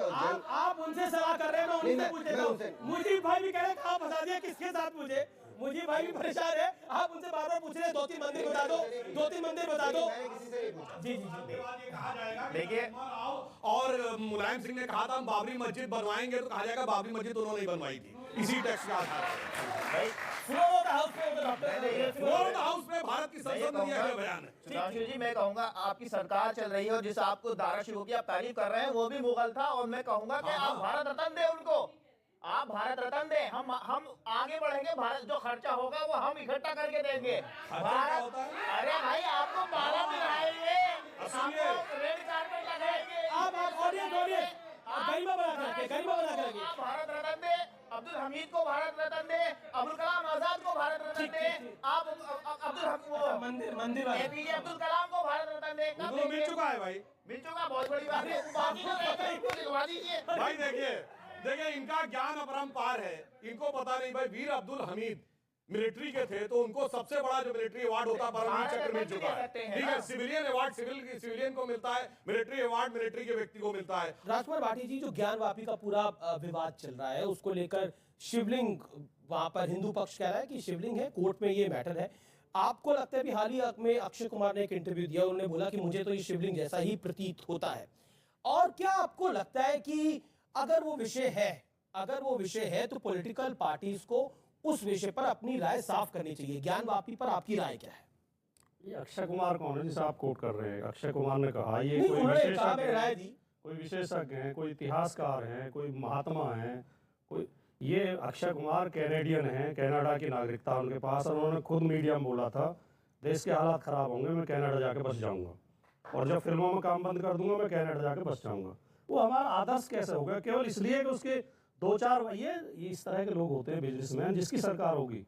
ये 2014 से पहले बीजेपी के समर्थक नहीं थे अक्षय कुमार, नहीं, पर मोदी जी के समर्थक थे। आज आज वो इसलिए चहेता हो गया है। कमाल क्या, यही तो आप लोग, यही तो गड़बड़ करते हैं आप लोग। अगर वो पृथ्वीराज चौहान फिल्म बना रहा है तो बीजेपी का समर्थक कैसे है? अगर वो शिवलिंग को उसको शिवलिंग दिख रहा है तो बीजेपी का समर्थन कैसे है? आप क्यों मान लेते हैं जो शिवलिंग की तरफ है वो आपके विरोध में है? ये ऑटोमेटिकली आप कैसे मान लेते हैं? नहीं, कायदा तो ये कहता है कि मुझे ज्यादा बोलना है तो आप कम बोलो, क्योंकि आपका सवाल पूछना है। मेरा केवल कहना इतना है, मैं सारी बातों को कंडम नहीं कर रहा, कुछ बातें बहुत उचित है, बहुत सही हैं। आदरणीय गुरुजी महात्मा जी हमारे बीच में, उनकी मैं एक एक बात से सहमत हूं, उन्होंने कुछ भी गलत नहीं कहा। उन्होंने ये भी बात सही कही कि केवल इस आधार पर किसी आतंकवादी या किसी हमलावर के पक्ष में नहीं खड़ा होना चाहिए कि वो हमारे धर्म का है, लेकिन यही बात हम पे भी लागू होनी चाहिए। सुधांशु, आपकी तरफ के हैं अक्षय कुमार? देखिए, यही तो बड़ी विचित्र सी बात है, ये जो डिवीजन करने का प्रयास किया जाता है कि अगर किसी ने राष्ट्रवाद की बात कह दी, पृथ्वीराज चौहान की बात कह दी तो हमारी तरफ के हो गए। देखिए, समस्या जानते हैं क्या है? मैं आपको बताता हूं, जैसे अभी महाराज जी स्वयं वृंदावन के हैं, मैं आपको एक पंक्ति बोलता हूं, आप बताइएगा ये किसने लिखी, हिंदू ने कि मुसलमान ने लिखी? शेष गणेश सुरेश महेश सुरेश जाई निरंतर गावे और जाई अनादि अनंत अखंड अछेद अभेद सुवेद बतावे। और देखिए, अनंत अखंड वेद की बात करें, और ताही अहीर की छो हरियां छचिया बर छाछ पे नाच नचावे। ये कौन लिख रहा? सैयद इब्राहिम रसखान, जिनके बारे में माना जाता काबुल में पैदा हुए, वृंदावन में आके उन्होंने प्राण त्यागे, मगर उससे कभी किसी सेकुलरिज्म के सूरमा को उनके घर जाते हुए जोड़ते हुए देखा हो तो बताइए। सबसे बड़े मुस्लिम कृष्ण भक्त कवियों में एक हुए आलम शेख, जिनके लिए कहा गया नव रसमय मूरत सदा जिन बरने नंद लाल, आलम आलम बस कियो दय निज कविता जाल। कभी कोई नहीं जाता आलम शेख के घर पे। मगर और एक और बात कह दूं, जब औरंगजेब की बात आती है, चलो छोड़ो भाई, हिंदुओं के साथ क्या क्या छोड़ो, अपने साथ क्या किया। जब वो जेल में शाहजहां था तो शाहजहां ने उसको लिख के भेजा, भाई जेल में मैं अकेला रहता हूं, कुछ बच्चों को भेज दो, उनको कुरान ही पढ़ा दूं। तो जानते हो उसने क्या लिख के भेजा? बादशाह चली गई, अभी बादशाही करने का वो नहीं गया जज्बा, और तो नहीं भेजे। फिर जानते क्या था? उसको अनाज और पानी भी लिमिटेड मिलता था। जब शाहजहां ने कहा कि पानी ज्यादा भेज दो तो औरंगजेब ने मना कर दिया। तो जानते उसने फारसी में कविता लिखी, कविता में उसने लिखा, अरे तुम जिंदा बाप को पानी नहीं दे रहे, तुमसे अच्छे तो हिंदू हैं जो पितृपक्ष में मरे हुए पूर्वजों को भी पानी देते। ये शाहजहां ने कहा है फारसी में, और उसके बावजूद उस औरंगजेब के लिए लड़ना। मेरे भाई, घर में तुम क्या चाहते हो, अपने लिए कौन सा आदर्श बनाना चाहते हो, देख लो। क्या आप चाहते हैं कि, माफ करिए मैं कभी नहीं ये सवाल पूछता, लेकिन क्या आप चाहते हैं कि आपके घर में औरंगजेब जैसा आदर्श बने? चाहते हैं? कभी नहीं चाहेंगे? सवाल है। देखिए, पहली बात यह है कि औरंगजेब के बहुत सारे, अगर इनको क्या इन्होंने जो भी कहा, क्या तथ्य है, क्या पीछे उसके इतिहास है, ये सिर्फ इनका अपना जो है बनाया है, सुधांशु जी की थ्योरी है। भाई का गला काटा था, अशोक ने भी काटे थे अपने भाई के गले, बिंबिसारा ने अपने बाप का गला काटा था, अजातशत्रु ने अपने बाप को कैद किया था। वो सब औरंगजेब की बड़ी तारीफ करेंगे। आप चाहते हैं आपके इंशाल्लाह एक बताइए, आप चाहते हैं कि आपके घर परिवार में औरंगजेब जैसा आदर्श हो? जानते हैं? चाहते हैं? मेरे सवाल का जवाब दीजिए, हाँ या नो में जवाब है। मैं दे रहा हूँ। उसके चार बुरे कामों को मान लीजिए, आपको उसके अच्छे कामों को देश के मोदी जी अपना आइडियल मान ले तो देश बहुत आगे चला जाए। कि मोदी जी औरंगजेब को आइडियल मान ले। जी, मैं पूरी जिम्मेदारी के साथ ये बोलना चाहती हूँ कि ये कोई नहीं कह रहा है कि हिंदू हमेशा सही करता है और मुसलमान हमेशा गलत करता है। ये कोई नहीं, लेकिन भारत में अगर कोई गलत करता है तो उसको रावण बना के जलाया जाता है मेरे भाई, उसको पूजा नहीं जाता है, उसको बलि नहीं बोला जाता है। सिर्फ इस पर आपसे बात करनी चाहिए जो आप मानने को तैयार नहीं है। अमीश, में एक बात इन्होंने, और यहाँ पे सारे युवा बच्चे बैठे, इन्होंने भड़काने की बात करी, मैं क्लियर करना चाहती हूँ। मेरे गुरुदेव माननीय के.एन. गोविंदाचार्य जी ने मुझे एक सूत्र दिया है जो मैं आप युवाओं को देना चाहती हूँ कि भारत को सिर्फ संप्रदाय में नहीं बांटा जाता है, भाषा, जाति, क्षेत्र और संप्रदाय, आर्यन द्रविड़ थ्योरी कुछ नहीं है, देश को क्षेत्रवाद में बांटने की कोशिश है। आप चाहते हैं कि आपके घर में औरंगजेब की तरह व्यक्ति हो? चाहते हैं आप? बिल्कुल, मैं भी बताऊंगा इस पे पूरी रात। आप बोल लीजिए। नहीं, यहाँ मुझे अपना पक्ष रखने दीजिए, आप बोलिए। ठीक है। ऑडियंस मुझे अच्छे से, मैं ऑडियंस को समझ पा रहा हूँ बहुत अच्छे से, बहुत सारी चीज़ें समझ पा रहा हूँ। इसलिए बेहतर है कि आपने ये सवाल मुझसे किया और मैं इस पर जवाब देता हूँ कि औरंगजेब को मैं गलत नहीं ठहराता हूँ। वो बड़े एलानी इस बात को आपके चैनल पे खुल के कह रहा हूँ कि आप चाहते हैं आपके घर में भी औरंगजेब ने भारत में एक हो, देश की जीडीपी कहाँ पहुंच गई है? भारत में हो, भारत में हो, भारत में अब औरंगजेब होना चाहिए, भारत में हो, जी जी जी, भारत में हो। अर्थव्यवस्था अच्छी करने के लिए औरंगजेब को भी बाप मानने को तैयार है, बहु बेटियों का मांस, रेप, मर्डर, स्लॉटर करवाने को तैयार है, धर्मांतरण के लिए तैयार है, बाप को जेल डालने को तैयार है, भाई का गला काटने को तैयार है, गुरुओं को गुरुओं का गला काटने को तैयार है, पैसे के लिए करते हैं आप लोग ये, आप बिकते हैं पैसे के लिए, आपके माना नेशनल टीवी पर आपके लिए सिर्फ पैसा है, ईमान नहीं है, हमेशा के लिए पैसा जरूरी है, ईमान नहीं है। ऑडियंस के सवाल, बड़े सारे सवाल आ रहे हैं, आपने सवाल लिया, आप क्या सवाल? वैसे जीडीपी में एक फैक्ट बता दूं, जी जी जी, औरंगजेब के समय में सबसे ज्यादा जीडीपी में कंट्रीब्यूशन जिस राज्य का था वो जगह थी सूरत, और वो पूरे दौरे हुकूमत औरंगजेब के छत्रपति शिवाजी के कंट्रोल में रहा है। मुजीबुर रहमान साहब ने कहा कि बाबर राजा थे या औरंगजेब राजा थे। हमारे सनातन धर्म में और हमारे घर में बचपन से सिखाया जाता है कि राजा ईश्वर के समान होता है, वो सबको एक समान देखता है। राजा वो नहीं होता है जो महिलाओं का बलात्कार करे, राजा वो नहीं होता है जो हिंदुओं के मंदिर तोड़े, और राजा वो नहीं होता है जो अपने गुरु का सर काटे। और दूसरी बात भाटी जी, आपसे पूछा गया था भगवान राम के बारे में, तो मैं बताता हूँ, दशरथ के पिताजी का नाम अज था, उनके पिताजी का नाम रघु था, उनके पिताजी का नाम दिलीप था, उनके पिताजी का नाम भरत था, और उनके पिताजी का नाम शांतनु था, और उनके पिताजी का नाम इक्ष्वाकु था, जिनके नाम पे इक्ष्वाकु वंश है।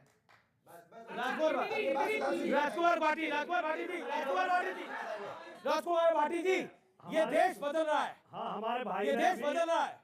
अभी हमारे भाई ने मर्यादा पुरुषोत्तम श्री राम की 7 पीढ़ियां गिनवाई, और इस डिबेट में आज एक नया वो विषय जुड़ा है अपनी वंशावली गिनवाने का। मैं आपको अपनी 8 पीढ़ी गिनवा देता हूँ। गलत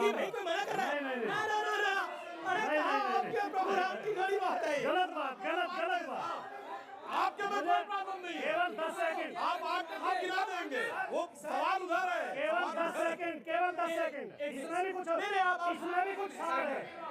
अरे प्रभु राम की पूछी थी सर, ये देश प्रभु राम के बारे में पढ़ेगा, ये देश आपके और समाजवादी पार्टी के बारे में इतिहास नहीं कह चुका होगा। 10 मिनट बाद आप समझ जाओगे मैं क्यों गिनवा रहा हूँ। अच्छा ठीक है, आप मेरा सुनिए मेरा नाम राजकुमार है, मेरे पिताजी का नाम श्री रामकरण सिंह है, उनके पिताजी का नाम श्री धारा सिंह जी था, उनके पिताजी का नाम श्री भंता सिंह, उनके पिताजी का नाम श्री भूरा सिंह, उनके पिताजी मजलस जमींदार थे, जिन्हें 1857 में अंग्रेजों ने बुलंदशहर कालेआम पे फांसी दी थी, जो कि क्रांतिकारी थे। 1857 आपके पूर्वजों के लिए आज हम लोगों का सवाल उठाया जाता है। कोई सवाल नहीं उठाया, आपके पूर्वजों का सवाल नहीं है, कोई जाता है। आपके पूर्वजों में कोई सवाल नहीं है, इसी कहते हैं कभी दूसरी बात और 10 सेकंड मैं ये भी चाहता हूँ, एक सवाल इन्होंने पूछा कि मेरे घर में राम जैसा आदर्श पुत्र पैदा हो, जो अपने पिता की आज्ञा पर राज छोड़ के वन को चला जाता है।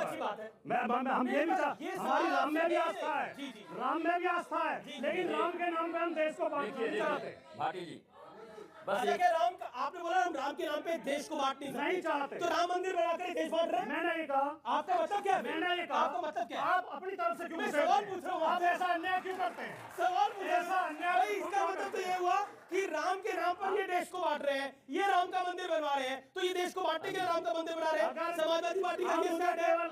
एक बात राम के नाम पर देश बढ़ सकता है। महाराज जी, राम के नाम पर देश बढ़ सकता है। देखिए, राम के नाम पर देश बटेगा नहीं। राम और कृष्ण भारत की आत्मा है। एक बात और सुन लीजिए, राष्ट्रवाद से अगर किसी दल का संबंध है, उस दल का समर्थन पूरा भारतवर्ष जीवन भर करता रहेगा। अगर आप राष्ट्रवादी हो जाएंगे, सभी लोग करेगा। एक अंतिम बात, कबीर साहब की बात सुन लीजिए। आधी बात इन्होंने कही थी, कबीरा कबीरा क्या रटत है, जा जमुना के तीर, एक एक गोपी प्रेम में बह गए कोटि कबीर। ये कबीर साहब ने कहा। जी जाएंगे, मानेंगे उसको। प्रभु राम की बात हुई कि प्रभु राम के नाम पर देश बढ़ सकता है। अगर आते हैं तो राम राम, जाते हैं तो राम राम, जब मौत भी हो जाती है ना तो कहा जाता है राम नाम सत्य। सुनिए, इन्होंने कहा कि देश को राम के नाम पे बांटते, आपको होता है? गलत बयानी मत करिए, गलत कोट मत करिए। क्या बोला था? मैंने कहा हमारी राम में आस्था है, लेकिन हम राम के नाम पर देश को नहीं। अच्छा सुनिए, राम के नाम में आस्था होने से देश कहां पहुंचता मैं बताता हूं। इस दुनिया में एक देश ऐसा है जिसका किंग आज भी टाइटल होल्ड करता है, किंग रामा द 10th। वो भारत नहीं है, वो है थाईलैंड। एकमात्र देश है जहां के नेशनल ब्रॉडकास्टर पर डे रामायण आती है, वो दुनिया का सबसे बड़ा मुस्लिम देश इंडोनेशिया। एक देश है जिसकी की फर्स्ट लेडी मानती है उनकी वंशावली भगवान राम से, वो है साउथ कोरिया। और ये फैराहों की डायनेस्टी जाके पढ़िए, पहले राजा का नाम है रामजे डायनेस्टी। राम कहां से आया? और बताइए, वो गाजा के वेस्ट बैंक पे शहर है जिसका नाम है राम अल्लाह। अल्लाह समझ में आता, राम कहां से आया? और पूरे वेस्टर्न यूरोप में जाके हरे रामा हरे कृष्णा मूवमेंट चला था। अरे राम कहां कहां तक जोड़ते हैं, दिल के अंदर की गहराइयों से लेकर दुनिया के कोने कोने तक जोड़ते हैं। सुमई खान, ये डिबेट को ब्रॉडर हुआ है कि राम के नाम पर बीजेपी देश को तोड़ रही है। जी अमीश, जिन लोगों को लगता है कि ज्ञानवापी का मसला या जो भी भारतीय संस्कृति से जुड़े हुए इतिहास से सिर्फ ज्ञानवापी नहीं, पृथ्वीराज चौहान पे फिल्म बनाना देश को तोड़ना हो रहा है। राम के नाम पर देश को तोड़ना हो रहा है, ज्ञानवापी के नाम पर देश को तोड़ना हो रहा है। देश अगर जुड़ता है तो वो महंगाई के नाम पर जुड़ता है, देश अगर जुड़ता है तो वो बेरोजगारी के नाम पर जुड़ता है। और वो बेरोजगारी, वो महंगाई जो 50 साल पहले भी थी, जब पिक्चर आई थी रोटी कपड़ा और मकान, जब पिक्चर आई थी रोटी कपड़ा और मकान, तो पिक्चर आई थी मेरे अपने बेरोजगारी के ऊपर। सुनिए, लाइन क्या थी? पाउडर वाले दूध की मलाई मार गई, राशन वाली लाइन की लंबाई मार गई, और बाकी जो बचा था वो महंगाई मार गई। महंगाई 50 साल पहले भी वही थी, इन्फ्लेशन वाज 25%। और और मुझे तो समझ नहीं आता, आजकल पॉलिटिकल पार्टी के नेता कई बार मैं ट्वीट करता हूं तो बोलते हैं अमीश जी महंगाई पे डिबेट करिए। मैं कहा बिल्कुल करता हूं, जब मैं डिबेट करता हूं तो इनके लोग भी आते हैं, महंगाई के ऊपर जब मैंने चर्चा करी तो इनके लोग भी आए। तो मैंने एक सवाल मेरे मन में आया, आज मुझे लगा कि आज मैं उस सवाल को अब मन में जो मेरे था मैं बोल ही देता हूं। एक बात बताइए, 2014 से पहले क्या इस देश के अंदर सब लोगों को नौकरी मिल रही थी?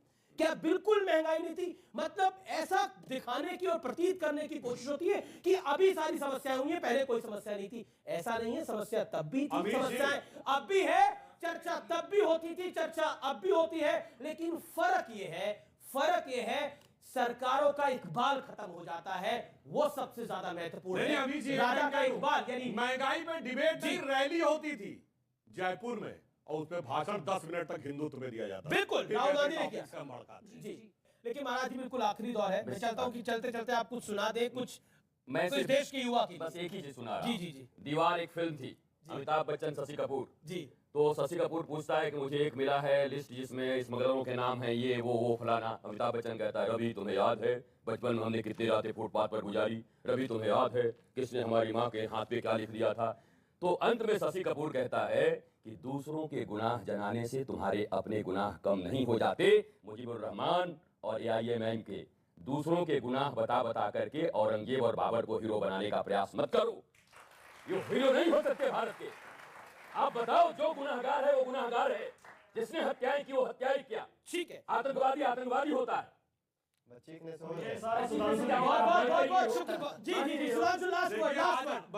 आपने आज सारी की सारी इतिहास के ऊपर बात कही, तो इतिहास बताएं क्या पढ़ी है?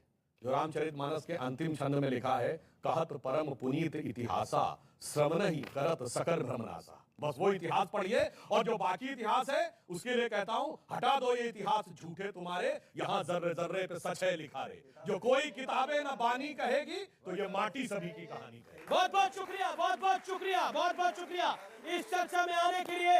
आप युवाओं का बहुत बहुत शुक्रिया, फॉर द वंडरफुल ऑडियंस आपका बहुत बहुत शुक्रिया। फिलहाल इस चर्चा को यही समाप्त करते हैं, लेकिन पृथ्वीराज रसों वीर थे और मजबूत थे। नमस्कार।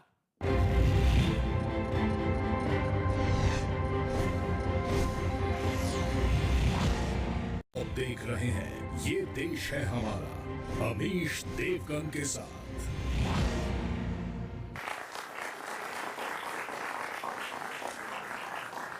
नमस्कार व्यूअर्स, मैं हूं अमीश देवगन। कहते हैं जो अपने इतिहास से नहीं सीखता, इतिहास की गलतियों में सुधार नहीं करता, उसका भूगोल और आने वाला वक्त बदल जाता है। तो क्या भारत के इतिहास में हुई भूल को सुधारने का वक्त आ गया है? मैं सबसे पहले कुछ नाम आपके सामने रखता हूं, खास तौर पर ये नाम हमारी युवा पीढ़ी के लिए है। क्या हमें राजा विजयालय का नाम याद है? क्या हम इन्हें जानते हैं? क्या हमें समुद्रगुप्त, सम्राट पुष्यमित्र, सम्राट हेमचंद्र, विक्रमादित्य ये नाम याद है? अगर नहीं याद है तो यकीन मानिए इतिहास बताने वाले और समझाने वालों से कहीं ना कहीं एक बड़ी चूक हुई है। ये भारत के शूरवीर थे। हमें औरंगजेब, बाबर, मोहम्मद बिन कासिम, महमूद गजनवी, महमूद मोहम्मद गौरी, नादिर शाह, अहमद शाह अब्दाली, कुतुबुद्दीन ऐबक, ये सब नाम जुबानी याद है। बाबर और औरंगजेब के नाम पर तो कई सड़कें इस देश के अंदर मजारे हैं। तो क्या इतिहास में हमसे बड़ी भूल हुई है? हमें क्रूर मुगलों के नाम याद है, लुटेरे सुल्तानों और आक्रांताओं के नाम जुबान पर रट चुके हैं, लेकिन अपने महापुरुषों के नाम हमें खोज खोज कर पढ़ाना पड़ता है, पढ़ना पड़ता है। आखिर ये भूल किसकी है? ये मुद्दा हमारे देश के लिए, हमारे युवाओं के लिए, इस देश की युवा पीढ़ी के लिए बेहद आवश्यक है, क्योंकि सवाल यह भी उठ रहा है कि क्या ज्ञानवापी पर इतिहास में जो हुआ वो भी एक भूल है। और इसी बीच बॉलीवुड के एक बड़े एक्टर अक्षय कुमार की एक फिल्म आई है जिसका नाम है सम्राट पृथ्वीराज, लेकिन कई लोगों को ये फिल्म चुभ गई है।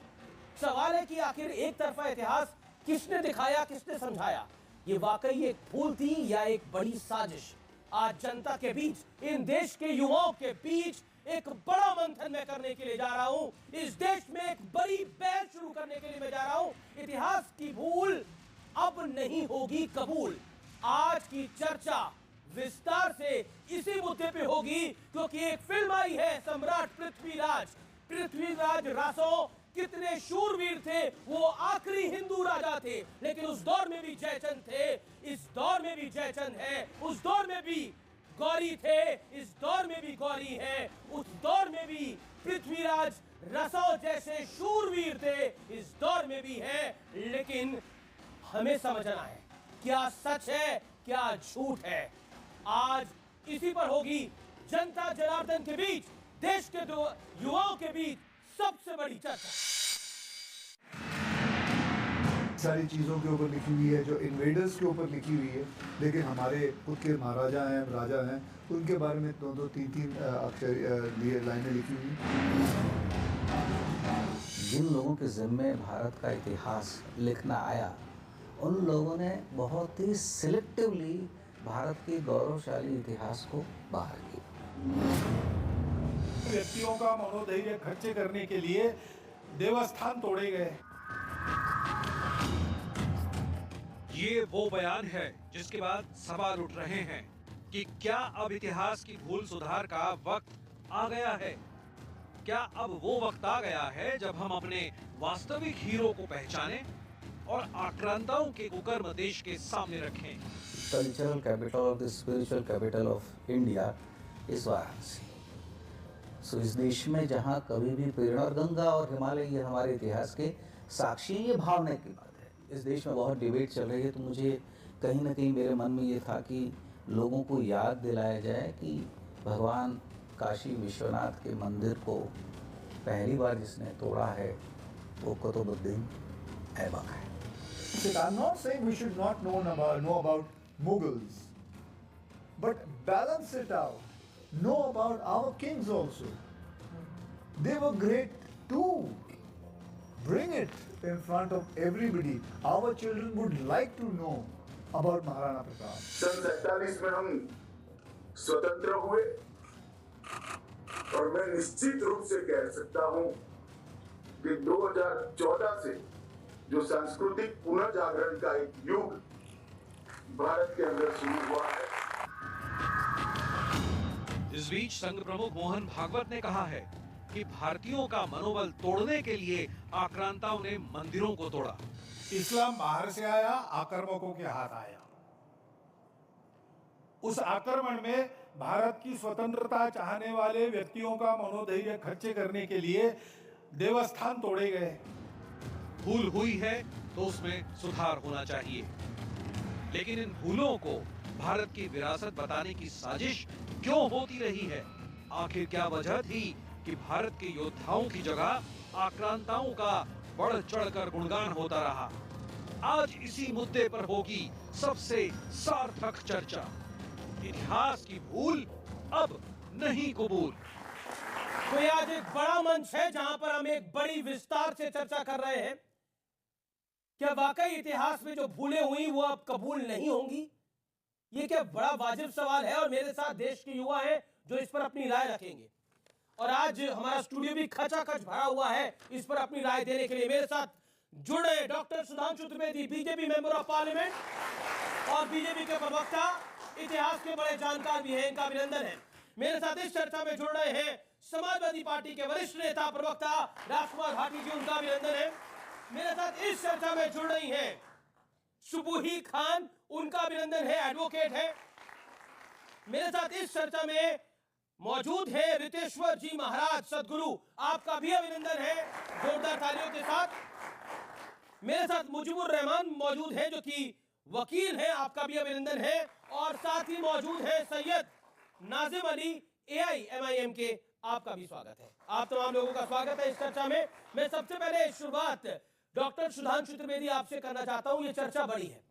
अमित शाह देश के गृह मंत्री कहते हैं कि 1947 में तो आजादी मिली, लेकिन 2014 में संस्कृति की आजादी मिली, जो सबसे बड़ी बात है। इसमें देखिए, मैं दो बातें इस पे कहना चाहूंगा। महात्मा गांधी ने 1909 में एक पुस्तक लिखी थी, हिंद स्वराज। उसमें उन्होंने ये लिखा था कि हम स्वतंत्रता की बात करते हैं, हम ब्रिटेन से मुक्ति प्राप्त करने की बात करेंगे और खुद ब्रिटेन की नकल बनना चाहेंगे तो यह स्वराज नहीं होगा। और संयोग की बात आप देखें, स्वतंत्रता के बाद क्या हुआ, इसका मैं प्रमाण देना चाहता हूं। हमारी सरकार 2014 मई में बनी।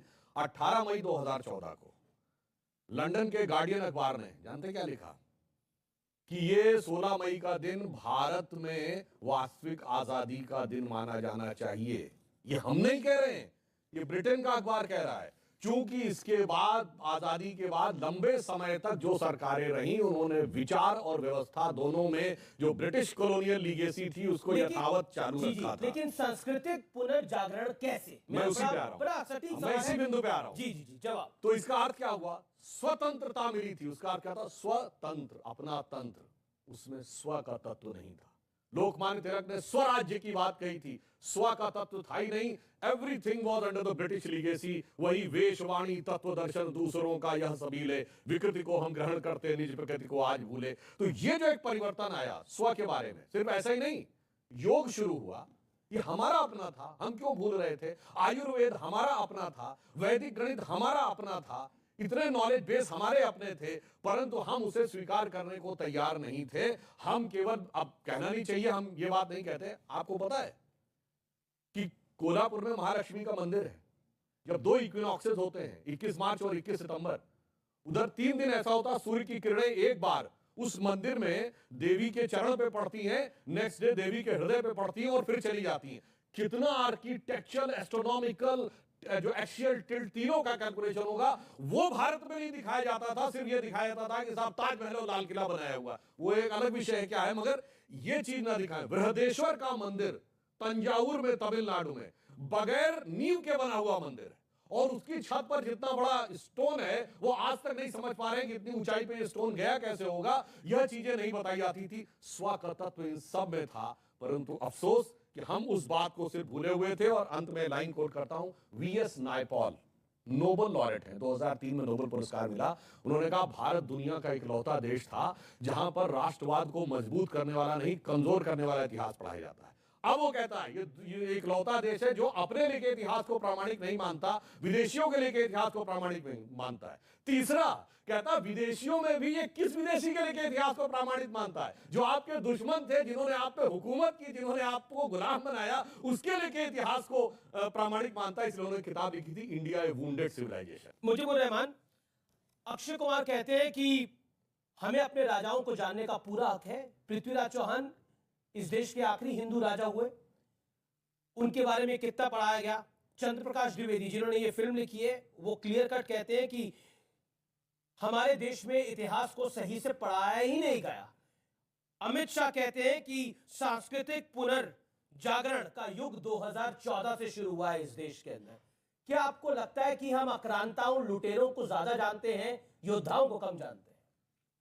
देखिए, अगर कोई कहता है कि जो हिंदू राजा थे वो हमारे राजा थे और जो मुसलमान राजा थे वो हमारे नहीं थे। अब सपोज कीजिए मैं कहूँ कि मोदी जी हैं वो सुधांशु जी के जो है प्राइम मिनिस्टर हैं और मेरे नहीं हैं, तो ये बेवकूफ़ी की बात होगी। नहीं, जब लोकतंत्र नहीं था तब भी वही बात थी, तब भी राजा थे। जो राजा है वो तो सभी का राजा है, चाहे वो औरंगजेब हो, बाबर हो, अकबर हो, हुमायूं हो, अशोका हो। कौन आया? सबका राजा था।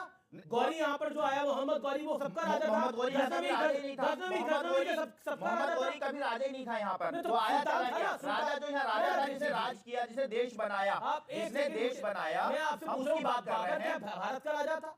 बाबर भारत का राजा था, बिल्कुल। कैसे था? कहाँ से आया बाबर? बाबर का क्या लेना देना यहाँ से?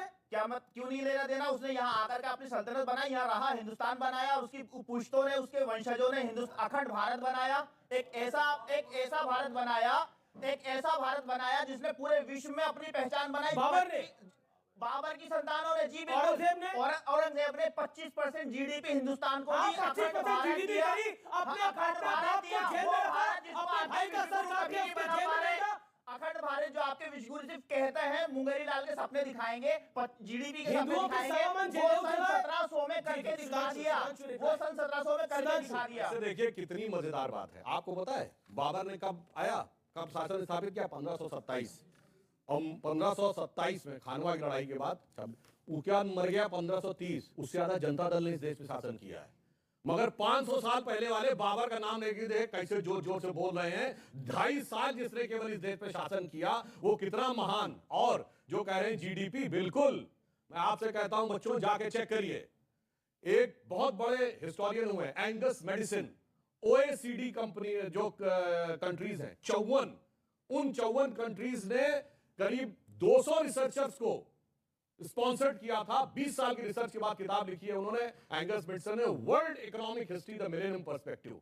2000 साल के डॉक्यूमेंटेड इतिहास में 15वीं शताब्दी तक भारत का 35 से 40% GDP में योगदान था। 16वीं शताब्दी में चाइना आगे जाता, 17वीं पीछे आता। तो ये जो 20-22 बता रहे ना, वो तो हमारे डाउनफॉल होने के बाद का था। उस जमाने में ये भारतीय ने लिखा है।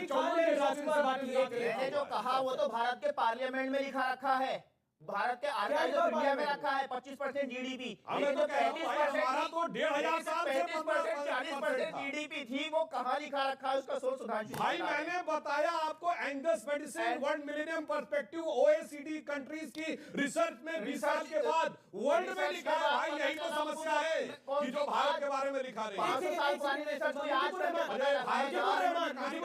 हैं। मुजीबुर रहमान, आपकी कुछ मजबूरी हो सकती है, आप आक्रांताओं को GDP के साथ जोड़ें, आप आक्रांताओं को बोले कि उनके समय पे तो भारत महान हुआ, लेकिन शायद हम भूल जाते हैं कि हमारी नींव कहाँ है।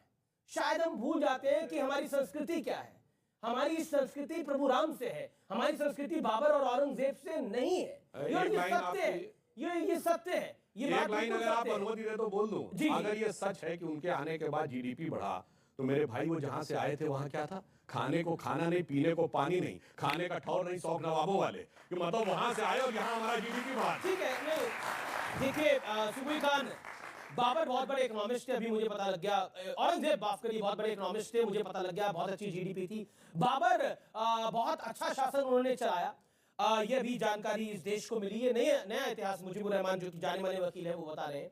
एक बात मुझे बताइए, पृथ्वीराज चौहान आखिरी हिंदू राजा हुए, उनका वर्णन तो आधे चैप्टर में कर दिया जाता है, लेकिन औरंगजेब, बाबर, खिलजी, इनकी कहानी तो कई किताबों में बताई जाती है। ऐसा क्यों? जी अमीश, मैं अपनी बात की शुरुआत एक सवाल से करना चाहती हूँ। मुजीबुर रहमान साहब से पहले तो ये सवाल करना चाहती हूँ कि कोई मुसलमान चोर या डकैत इनके घर में चोरी कर ले, डाका डाल ले, इनका घर तोड़ दे, तो क्या उसका प्रोटेक्शन करेंगे कि वो मुसलमान है, या उसके खिलाफ सबसे पहले जाके थाने में रिपोर्ट कराएंगे? जब अपने घर की बात आती है तो नहीं देखेंगे हिंदू मुस्लिम क्या है। जब अपने घर के लिए इतना ज्यादा आक्रोशित हो सकते हैं, आंदोलनकारी बन सकते हैं, तो देश के लिए वो प्रेम आप लोगों के मन में क्यों नहीं आता है? मेरा इतना सा सवाल है। दूसरी बात मैं ये कहना चाहती हूँ कि देखिए, ये सांस्कृतिक जागरण की बात जब हम करते हैं, उसका मतलब होता है कि अपने देश की संस्कृति, इतिहास, शास्त्र को समझें, अपने देश के नायकों को समझें। ये हिंदू मुसलमान का मसला नहीं है, ना ही ये मुस्लिम शासकों और मुगलों के खिलाफ कोई लड़ाई है। ये है सिर्फ सही और गलत में फर्क करने की लड़ाई। अमीश, हम सिर्फ इतना कहते हैं कि औरंगजेब की खबर पे जाके नमाज मत पढ़िए, दाराशिकों की खबर पे जाके नमाज पढ़िए। अमीश, मनोवैज्ञानिक तौर पे हम जिस तरह के संगीत सुनते हैं, जिस तरह की किताबें पढ़ते हैं, जिस तरह के नायकों को मानते हैं, उस तरह का हमारा चरित्र बनता है। आप सही हीरोज देश के सामने, मुस्लिम समाज के सामने क्यों नहीं लाने देना चाहते हैं? आप APJ कलाम को नायक क्यों नहीं बनने देना चाहते हैं? बहादुर शाह जफर का क्यों सम्मान करता है भारत? हम मुगलों के भी खिलाफ नहीं है अमीश, हम मुगलों के भी खिलाफ नहीं है, हम चित्र का नहीं चरित्र का सम्मान करते हैं। जो अच्छा है उसको अच्छा बिल्कुल बोलिए, बिल्कुल जो खराब है उसको खराब दारा बोलिए। शिकोह का सम्मान करे, कोई दिक्कत नहीं है। लेकिन जब कोई औरंगजेब का सम्मान करता है और वो कहता है कि औरंगजेब ने जीडीपी बढ़ा के दे दी, लेकिन वो भूल जाता है जिसने अपने बाप को जेल में रखा और अपने बाप को अपने सगे भाई का गला काट के भेज दिया गिफ्ट के अंदर। सोचिए वो औरंगजेब मिसाल है कुछ लोगों के लिए। लेकिन एक सेकंड मैं अब राजकुमार भाटी के पास आता हूं। राजकुमार भाटी, आपके नेता हैं अखिलेश जी, उन्हें क्यों लगता है किसी भी फिल्म की अगर कोई बात होती है, चाहे वो कश्मीर फाइल्स की बात हो, चाहे वो पृथ्वीराज रसों की पर जो फिल्म बनी है उसकी बात हो, योगी जी देख रहे थे, तो क्यों उनको लगता है कि हर चीज मजाक का विषय है? देखिए, आपने शुरुआत की कि इतिहास 2014 के बाद देश आज़ाद हुआ है और इतिहास बदला है। 2014 के बाद इतना बदला है कि पहले इतिहास क्लास में पढ़ाया जाता था, कक्षाओं में पढ़ाया जाता था, यूनिवर्सिटी में पढ़ाया जाता था, अब फिल्मों में पढ़ाया जा रहा है। पहले इतिहासकार लिखते थे, अब नेता लिख रहे हैं। अब अमित शाह जी लिख रहे हैं, मोदी जी लिख रहे हैं, सुधांशु जी लिख रहे हैं।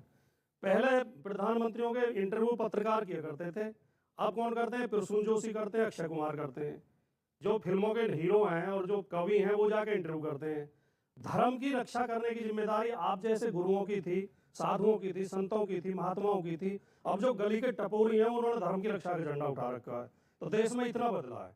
और हम इसलिए कहना चाहते हैं अमीश जी, कोई अनपढ़ आदमी ये कह सकता है कि पृथ्वीराज चौहान अंतिम हिंदू राजा थे, तो फिर इसका मतलब राणा सांगा हिंदू राजा नहीं थे, महाराणा प्रताप हिंदू राजा नहीं थे, शिवाजी हिंदू राजा नहीं थे, झांसी की रानी हिंदू नहीं थी। पृथ्वीराज चौहान के बाद तो हजारों हिंदू राजा हुए हैं। 1857 तक दिल्ली सल्तनत जिसको कहा जाता है, दिल्ली की गद्दी जो कहा जाता है, उसमें आखिरी हिंदू राजा पृथ्वीराज चौहान ही हुए। मोहम्मद गौरी ने भारत पर शासन नहीं किया था, भूल जाते हैं हम। ये इस तरह के तर्क केवल वही लोग दे सकते हैं जिन्होंने आरएसएस की छोटी छोटी किताबें पढ़ी है, जिन्होंने असली इतिहास पढ़ा है। वो ये जानते हैं। एक बात और उठ रही है आजकल बड़ी तेजी के साथ, मुगलों को बहुत पढ़ाया गया है किताबों में, हमारे हिंदुओं को कोई कुछ नहीं पढ़ाया गया। भैया कोई पढ़ा लिखा आदमी बताया क्या हिंदुओं को नहीं पढ़ाया गया? कौन से विषय में नहीं पढ़ाया गया?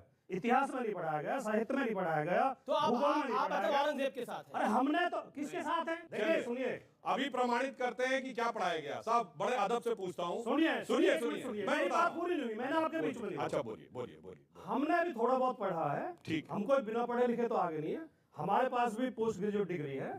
हमें तो किताबों में महाराणा प्रताप भी पढ़ाया गया। रणबीज चौकड़ी भर भर कर चेतक बन गया निराला था, महाराणा प्रताप के घोड़े से पड़ गया हवा का पाला था, जो तनिक हवा से बाघिनी लेकर सवार उड़ जाता था, राणा की पुतली फ्री नहीं तब तक चेतक मुड़ जाता था। हमने तो ये पढ़ा है।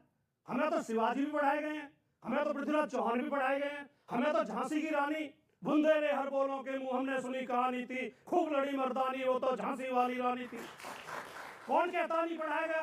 अब देश को मूर्ख बनाने की बात चल रही है अपने तरीके से। आपको लग रहा है कि देश मूर्ख बन रहा है? देश मूर्ख बन रहा है, देश मूर्ख। लेकिन अभी आपने उत्तर प्रदेश में समझाने की कोशिश करी थी।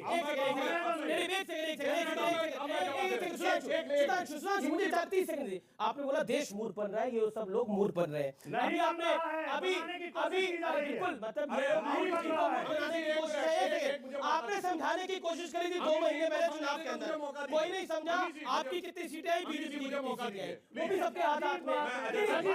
बिल्कुल सही बात है, यही सही बात है, यही सही बात है। बिल्कुल मैं कहता हूँ जितने बच्चे यहाँ बैठे हैं इंक्लूडेड और जितने वयस्क लोग बैठे हैं, राजकुमार जी, हम सब ने पढ़ा है। औरंगजेब का बाप कौन सबको पता है ना? शाहजहां।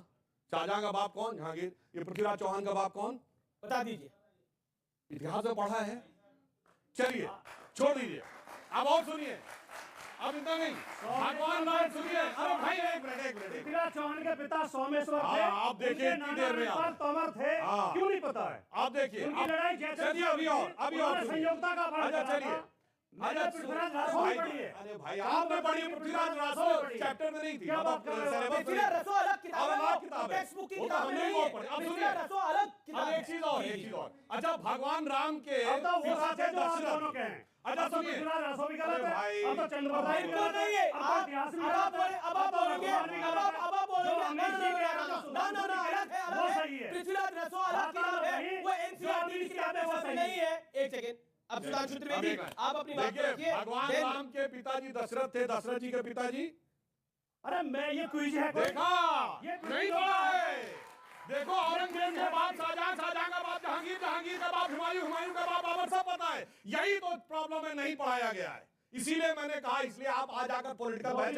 अच्छा सुनिए, चलिए छोड़िए, दामोदर दास मोदी, अब दूसरी बात, चलो सब छोड़ दो, इतिहास छोड़ो, इतिहास छोड़िए।